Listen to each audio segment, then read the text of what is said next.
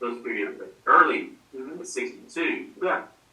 If you continue to make money at a job or something like that, you make a certain amount, you don't stop it. You don't get something. So, but at age 67 or whatever that number is, yeah, when you can't, if you make too much money from your investments or anything else, then you can be 85% of your Social Security back. Still, it's a street job. It's a Ponzi scheme like you wouldn't believe. Yeah, but if it's 18, they're going to do that 18,000. 18,000 is the most you can make from this thing from Social Security. What I can do is 21.7. Yeah, that number. Yeah, 21.7. That number's on that. Now, if you take money out of your 401k, and you take $22,000 in a year. You take out a minute. Yeah. You're just back. But that won't affect your Social Security. Oh, No, it's not income. It's not. I mean, you're not on Social Security. Not yet. You're not. I'm going to at 62. It's going to kill you if you not. You shouldn't do it because you're going to be pulling too much money from your retirement accounts that you won't be able to lock into the last or you're going to be taxed. That's what I'm asking. Yeah, it is back. No, this Monday to I'm pretty sure that if you do draw Social Security, you'll be able to do that. But the amount of money you're pulling, see, one of two things is going to happen. One, either you're going to be taxed on your Social Security check, or two, you'll be limited on how much you can pay from Social Security because you are drawing too much money. I mean, if I were in your shoes, if you're going to pension from Delta, But see, my pension is offset by Social Security. I know, that's all we're going to Social Security. And Social Security, when I turned 62, because that was the contract I signed, my pension goes down because of my Social Security bill. By the time they work more, they put 60% in, and they get a match, they're putting in like 9. And so I told them to go back down to 6. And then I told them that what we need to do is open a Roth IRA. And we might have to do what's called a loophole in Roth IRA. So yeah, so if you make too much money in any one year, I can't remember what the number is. It's been $150,000 part of it now. So and so I think their adjusted growth is way higher than 106. So what you do is you open for each client, you open a traditional IRA and a Roth IRA, and you have the client put the systematic PAC going into the traditional IRA. And then once every quarter, we looking to earn what's in the traditional IRA into a Roth IRA.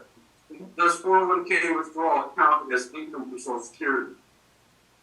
It says, will withdrawals from my individual retirement account affect my Social Security benefits? Question that. Social Security does not count pension payments, annuities, or the interest or dividends from your savings and investments as earnings. They do not lower your Social Security retirement benefits. So here it's up at the top, it says Social Security tax, plus the amount of your Social Security benefit will be affected by your 401k taxable income. So Sam grows the team and he goes from his 13, 14,000 he's making right now to 50,000. Now don't worry, 50,000. So he has a SEP and immediately drops 25% of that into a SEP. He immediately puts another 7,000 into a tradition, and then he puts a simple. And it's simple for his wife. For his wife, She had her own business. he does have her own business. She's the administrative assistant that he's 1099 No, you can't do that. because you're paying her. It doesn't matter. You can't do that because you can't have a SEP and a simple on the same business. He can't, One but his wife, who is a paid employee of what? of his business, No, can't. of his business, No. she's an employee. It's separate money. No, it is not. I guess that's like you pulling an income from Delta. No, it You is can't not. open up a SEP. It's like I have a SEP. If I do a SEP because it allows me to put the right amount backwards. Correct. I used to do it simple, Right? but when I decided to put, when I went from being, when I wanted to put a large amount in, I had to stop putting money in a simple and start putting my best out. No, now I understand that. Yeah, she could. But see, you're taking part of that money. You're going to take part of your salary and you're gonna pay an employee, I know that, which is gonna come off the top, right? which is gonna lower how much you make. Sure. You see what I'm getting? Right, I thought you said No, no. give her a simple. Give her a paycheck, Okay. which she immediately puts into a sentence. You can't do that. It's her business, No, it's not. Stacy, I paid her $500 a week. okay? Okay. And the reason I started doing that is I realized that she had to start showing income, or she was not going to get a Social Security. Correct. Because she hadn't had 10 years.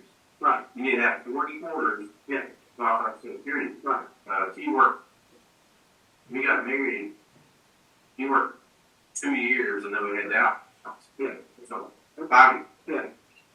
So she didn't have 10 years. So, I thought, you're not going to get any money from Social Security.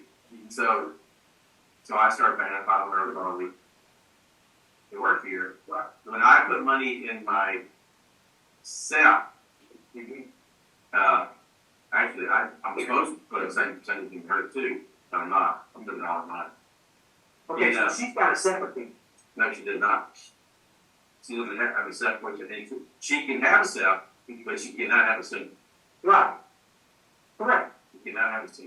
Because in any one business, you can have one or the other. And one of the other thoughts went in my head that you said for a second ago is I think if you max out your SEP, you cannot make a contribution to it traditional IRA either. If you max out your SEP, you can't do a traditional IRA. You can do a SEP because a SEP is basically an IRA. Yeah. So I don't think you can put money in this traditional IRA with you. You have to do one or the other. Okay, well, if you max out a SEP, that means you've done 50-something thousand dollars. 60. Okay, 61, but, okay, I can understand. Well, all we're looking to do is come under that 21.5. Make sure we show 21.5. Right. Yeah, you So however you run your business, however you get the money off the books, yeah, however you lower it, that's the key. right. That's the key. yeah.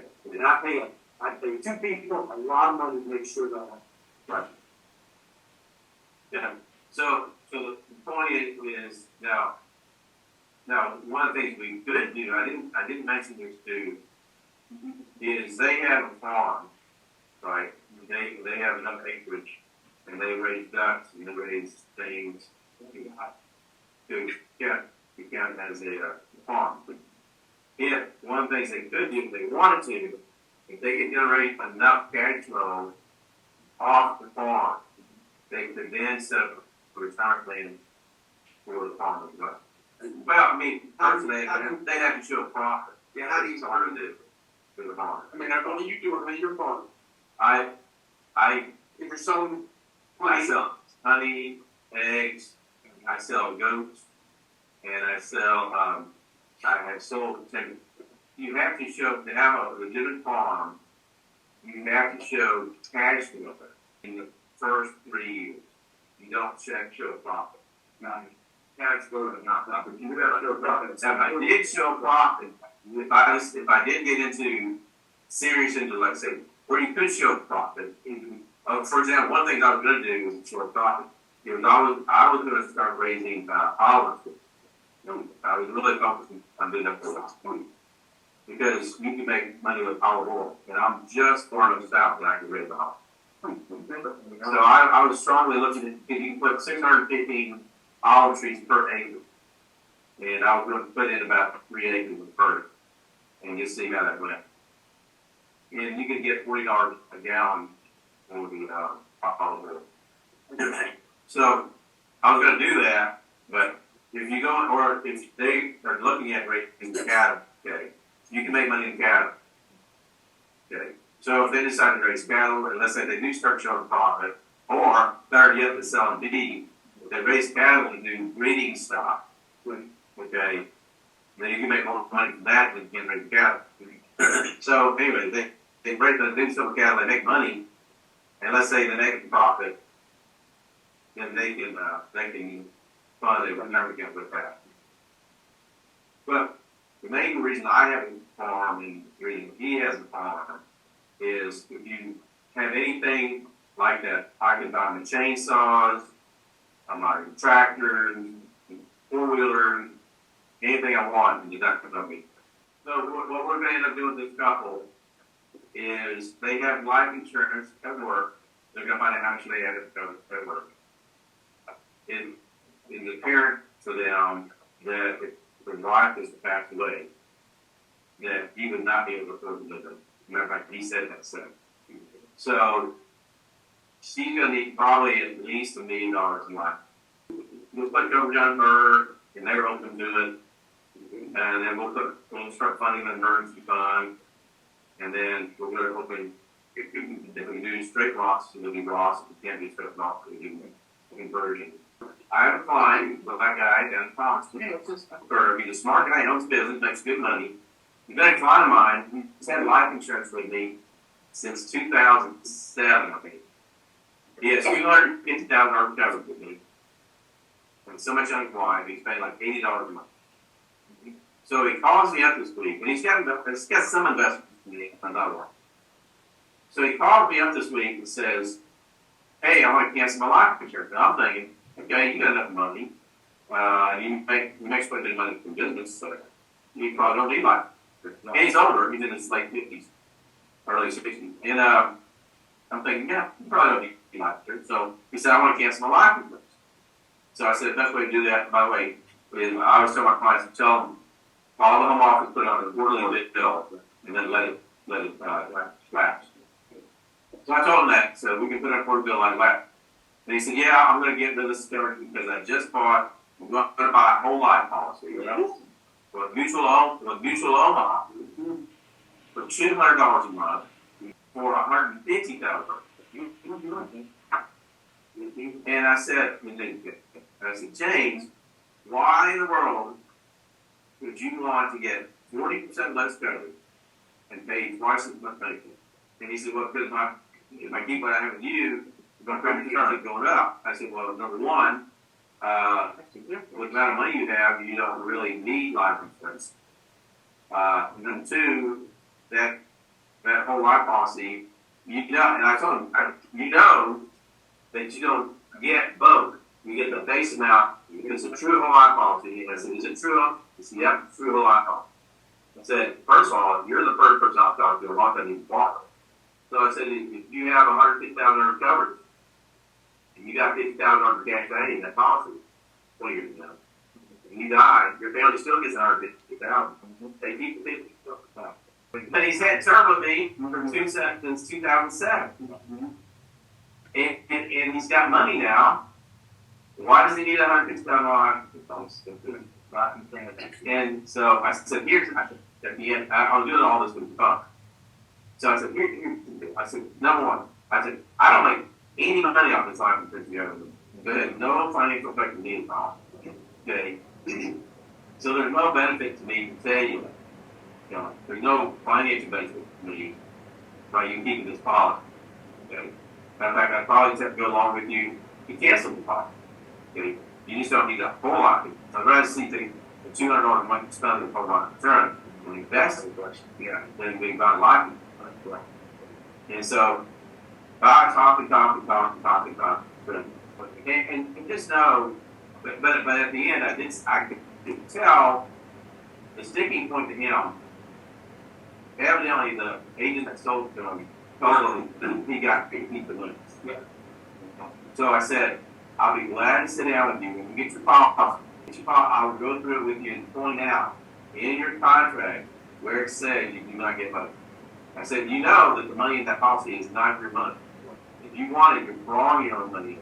I said, I did use this example. I said, if you had a checking account that had $60,000 in it, and you want to take money out of a checking account, and the bank charges you a 3% interest rate to take your money out of a checking account, how would you feel about that? I wouldn't want to do that. I said, they're charging 6 to 8% interest to take your money out of this whole lot. That's right. If you don't take it, you keep it when you die. That's right. I said, when you get the policy, bring it here. I'll go through the contract with you. I'll put it where it says what it's saying. All you can do is tell them what's the right thing to do. And I do it ad nauseum. And if they still do it, It's not on me. We're ending September 30th. All my clients, a number of my clients complaining had a chance to go down the road. You know. But now, when they get their January 1 state, they're gonna look like I'm gonna look like a genius, you know. And I keep telling people, listen guys, this is a long game, not a short game. But don't worry about what it says today. Look at the number of shares you have. Remember what we had in 19 and 20. Remember those values. Granted, this ain't 19 and 20.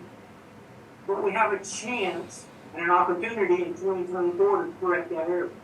Which means 25 and 26. Right. This will be a completely different conversation. Yeah. How do we get things done? Well, most of them we don't. Now, I will say the floating rate did make 11.67%. It did. How about that? Yeah. So this year, I'm January or Tuesday, I started moving clients over to high yield corporates, AMHYX. From the floating rate? Yep. A little at a time, we moved about 10%. Over to AMHYX and a little bit of money in VSCAX, which is small cap value fund. VDOAX, not mid cap. We're going to fly VDOAX. If interest rates do come down, then the small companies will get more money back from later. Right. Because they got all the money in the last years. Right. So the other one will do better this year. I'll tell you another one that made a big jump towards the end of the year. That was VADAX. Yeah. Oh, yeah. It was only had about 4% in like October. Yeah. And it ended up nearly over 10% by December. Yeah. Because there was a rotation from the S&P to S&P equally weighted S&P. Yeah. So the equally weighted S&P started doing well. And equity income, the EMOF fund is a very good function. Yeah. Because it has large cap value and it has fixed income. But it's true for them. Yeah.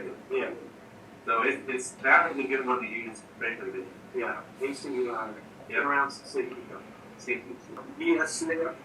BSCA, like a small cap value. Now, this week was not a good week for the stock market. No. So it did not make much. That's why I'm moving about 10% a month over instead of all at once. Because they're still making money over at AFRAX. Yeah, ACPI has been around since 1958. The only difference between that and ACPIX is this does not have a bond. They stripped out the ACGIX and ACEIX are identical except for the ACEIX has fixed income. The other one doesn't. Because I'm not actually putting money in ACBIX. What I'm doing is I'm putting a big chunk of money in AMHYX and a chunk of money in ACSCX. But I remember the pound stock. Yeah, pound stock. Yeah, 60 million. It doesn't have the bond or whatever. Yeah, but I think you can make more money from bonds than But the stocks. bond, well, and that's another thing I've been asked about because of everything, of course, everything's up in the air. May go up, may not go up. The Fed may raise, the Fed may. But already the Fed's going to lower rates. Yeah, we're going to slow it down. Right. I think the unemployment rate It's going to go up. is going to go. I've already had a couple of clients tell me they've been put on part-time. Right. So that's a sign. The engineering company. Yeah. That repo lot in Pike County Yes. Filling up. no, full. Oh. Three big rig tractors in it, and trucks and cars. And what a repo lot of just south of the square. Just before you get to the post office on the left, there's a little tank lot. Yeah, that's what it is. That's the repo lot. Okay. And it's the landfill part of it. Yeah. No. Yeah. Well, I know people hurt. I was listening to Neil Lewis one time. So, he had and Neil he said he was taking a trip to Vegas over the weekend, and he said, "Boy, it sure was nice to see all those original numbers making releases to Vegas, man." He's a Texan. There's been a long line of scooters going up the ramp to get their reward. The be driving it, then I'll put your back in the more in your basket and drive down that side. But you have to play that, Hank Williams, you have to play that Hank Williams song, they come call me a dinosaur. I don't know. Funny banking. This is how we teach how cash whole life insurance works. So you draw it like this. When you set them up, you draw it where it has 8 boxes like that. And you tell them, I'm going to offer you a savings plans. Okay. The obvious answer is the right answer. Okay. The first year you put money in this savings plan, I'm offering no matter how much money you put in it, you're going to lose 100% of what you put in for the first year. You want to do that? Okay, then you write down no. After the first year, you keep it, even though you lost all your money the first year, you keep putting money in. Okay. After the first year, from then on, I'm going to pay interest on that money. I'm going to pay between 1% and 3% interest on the money per year. Does that sound like a winner? No. Then you put all this money in here, I'm paying interest. And at some point, you decide you want to take your money out of this account. When you take it out, I'm going to charge you 6 to 8% interest to take your own money out. You want to do that? Then you put all the money in here all these years, and down the road you pass away, and whatever money you put in this plan, we keep it. We keep all the savings part. Would you want to do that? And you believe that 87% of Americans used to have this. You know what this is? It's cash value or whole life insurance. This is how it works. Because the first year you put money in a whole life policy, no matter how much you put in the first year, at the end of the year, your cash value is going to take 0. After from then on, and sometimes between 1 and 3 years before you see anything more than 0. Okay. After that, we'll start paying the interest on the money whenever it hits in there. 1 to 3% interest on it. That's according to the Federal Trade Commission report. Okay. Then, if you decide you want money back, you have to borrow your money out. If you read the contract, most of them charge you between 6 and 8% interest to take the money out. And then, whatever cash value you have in here, if you pass away, they keep the cash value and they pay you the face amount. But really, what happens if you have so let me show you how it really works. How the agents sell it to you. Make it sound good. It's like communism. It sounds good on paper. It's good on paper. Okay. So I said, here you're young, you're getting going, you have babies, whatever, getting going. So you decide you need life. And I come over and I say, hey, you know what? I'm going to sell you a $100,000 policy. And not only am I going to sell you this $100,000 policy, I'm going to offer you a savings program along with it, a forced savings program. Okay. And the good news is that your premiums will never go up, no matter how long you have this. People hate change, so you can never offer them something where it doesn't change. They like it, actually. Okay. So the first year, I'm going to say this policy. He's 30. He's 30 years old. He got a $100,000 policy. His premium is going to be $100 a month. So down the road, at age 50, the agent tells you, but here, look at this. When you're 50, you're going to have enough money in cash value that you can send your kids to college with. You'll have like $20,000 in this policy. And not only that, when you retire at age 65, you'll have about $45,000 savings in this policy. And you can use this money to help retire. So let's say you do that. Let's say you buy this policy at 30. Sure enough, he's 50 years old. He's got $20,000 in cash value. And his daughter comes up to him and says, Daddy, I want to go to college. He remembers the agent told him he can use money on cash value to send his daughter to college. So he takes the $20,000 out. The minute he takes that $20,000 out of the policy, they subtract that from the face value of the policy. So now he's got $80,000 of coverage. They're going to charge him 6% interest on the money he took out to send his daughter to college. 6% of 20,000 is how much? Say $1,200. Okay, which is how much a month? Say $100. Okay. So then he's already paying $100 a month for the insurance, right? So now he's going to be paying $100 a month on interest. So now he's paying $200 a month for how much insurance? $80,000. Let's say he never does let's say he never borrows the money from the policy. He leaves the money. Sure enough, he's still got the 100,000 coverage. He's 65 years old, and he turns 65. He's got the $45,000 in there. He's got $100,000 coverage, and he passes away. How much money does his family get? So what happens to 45? Well, basically what happens is you're slowly insuring yourself. You're no longer buying $100,000 coverage. Now you're only buying $55,000. You're slowly paying for your own insurance. You're offsetting your own. You're using your own money to offset with life insurance you buy. So if you were paying $100 a month for $100,000 at 30, and now you're paying $100 a month for 55, are you paying more or less for your insurance? More. So your premiums do go up. The cost of insurance does go up. So that's how it works. And then, so if you ever, this is how I will sit down and explain. I'll do the funny banking, draw that out, and let them see how that works. And then I'll come and draw this next. But then what you can do after that, if you get it, so let's look at what you can do if you didn't buy whole life.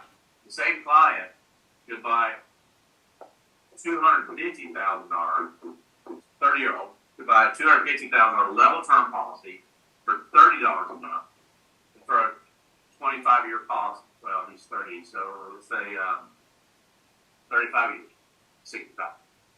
35 years. Okay, he could then take the $70 a month he was paying for the month. $70 a month he was paying for the life insurance. He would have been paying for the cash value and investing, right? So get your calculators out. If you invest $70 a month at 12% in 35 years, how much money would you get out? So it's $450,000, right? Yes. So let's sum these two up. The cash value, we'll call the whole life policy A, and we'll call the term policy B. So let's something that so we go like this: A, B, live. In A, the most you'd ever have at retirement age, we came out with about $45,000, right? That's how much savings you'd have. If you died, your family would get $100,000, right? And this is using the same amount of money every month. Roth programs. On the term investing difference part, if you live, how much money would your family get? $450,000. And if you died, how much would they get? $700,000. We get both, right? So which would you rather have, A or B? I've been working with mine now going on 37 years. And I come from a long ride of growth options out of South Texas. I still have to fight against stuff in my brain that I need to do, that I know I do the right thing, but I have to make myself do the right thing because otherwise I would do the wrong thing. Like pay off my house. And sometimes I think it, and then I think, wow, how stupid is that? Okay. So you got to make yourself, even if you've been doing this for a long time, if it's been ingrained in your family and the way you handle money your whole life, it's hard to get rid of. So just understand, if you sit down with somebody and you show it to them in 10 minutes or 30 minutes, it's going to feel weird for them too. But it's the right thing. And because here's the other thing they have to worry about is they're 39 and 35, they're not going to get Social Security. And without pointing out, they're going to need $4 million to retire by today. $8,000 a month, 26 years from now. So what it is, a 3% inflation rate, 26 years from now, when he's 65, they'll have to have $17,252.73 to live like $8,000 today. Change sign, enter, 240 times is $4,120,000. So write on a piece of paper 1 through 5. We're going to do a 5-minute checkup. Number one, write down the number, and after you go ahead and do this, write down the number of years you've been working full time. How many years you've been working full time? Okay, and I'll just throw an example here. Next, number 2, I want you to write down what you think your average annual income was during that 40 years. So when you first started out, you're probably making little, and now you're making more. What do you think the average amount was for your time? Let's say $50,000. Now, next to number 3, multiply answer number 1 times answer number 2. $50,000 a year times 40 years would be how much money? This is the amount, and next to that you're going to put amount earned. And when you point this out, isn't it shocking how much money is going through your hands so far? $2 million, right? Okay, so then number 4, and that's where we go on number 4. Write down the amount of cash you can come up with without borrowing any money for the next 72 hours. What do you think the average is? Let's say, what, 20,000? Probably not even that, is it? Probably not. So we'll say 20,000. All right. And that's amount saved. And number 5, subtract answer number 3 from answer number 4.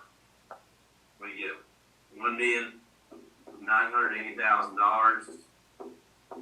And that's the amount spent. And then you say, are you going to spend the next 40 years like you spent the last 40 years? They've had that much money go through their hands. And they got this much to show for. So this is a great way to start a presentation. Because they realize, because remember, key to doing a presentation, you got to make them sick. And then show them how they become well. Okay. Some people don't realize they're sick, so you got to point out to them they're sick. Okay. Especially men. You can see, we have pride issues. So we claim things aren't as bad as they really are. Okay. So it's going to be pointed out to them because we don't want help from anybody else. Okay. We can screw it up on our own just as well as anybody else. Okay.